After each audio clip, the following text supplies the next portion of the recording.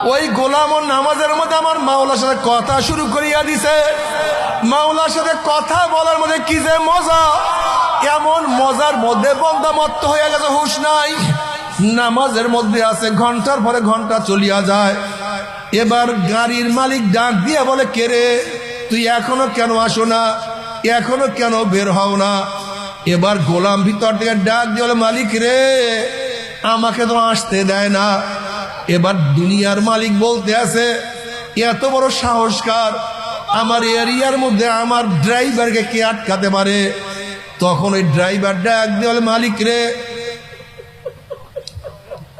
কি রাখতে পারে, কি আটকাতে পারে?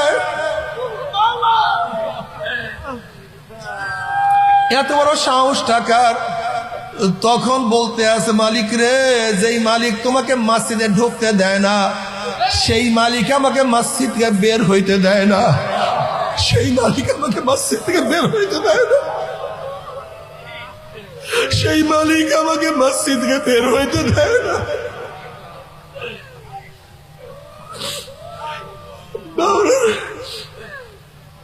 বাবারে মাওলার ইশক এবং মোহাব্বত মধ্যে কি যে মজা,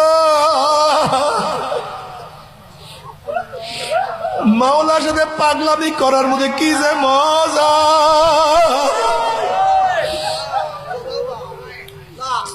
এই মজা তো কেউ বয়ান করিয়া বুঝাতে পারবে না। আশিকদের অবস্থা কি, হাল গোল মে তু হ্যায়, রং মে তু হ্যায়, ভূ মে তু, हर गोल में तू है, रंग में तू है, भू में तू, जिधर देखता हो मैं तू ही तू है, तू ही तू है, तू ही तू। সব দিকে আমার মাওলা, আমার মাওলা, আমার মাওলা। এ আমার যুবক বাবারা, আমার মুরব্বী বাবারা, পর্দার মা বোনেরা, যদি মাওলা কিনিয়া কবরে যাইতেই বড়, কবরটা জান্নাতের বাগিচা হইয়া যাবে। মাওলাকে নিয়ে কিয়ামতের মাঝে উঠতে বললে আমার মাওলা আরশের নিচে জায়গা করিয়া দিবে। মাওলাকে নিয়ে মিজানের মধ্যে উঠতে বলে নেকের পাল্লা ওজন হইয়া যাবে। আমার মাওলাকে নিয়ে পুলসরাতের কিনারায় যাইতে বলে পুলসরাত পাড়ি দিয়ে মাওলার জান্নাতে চলিয়া যাইতে পারবা।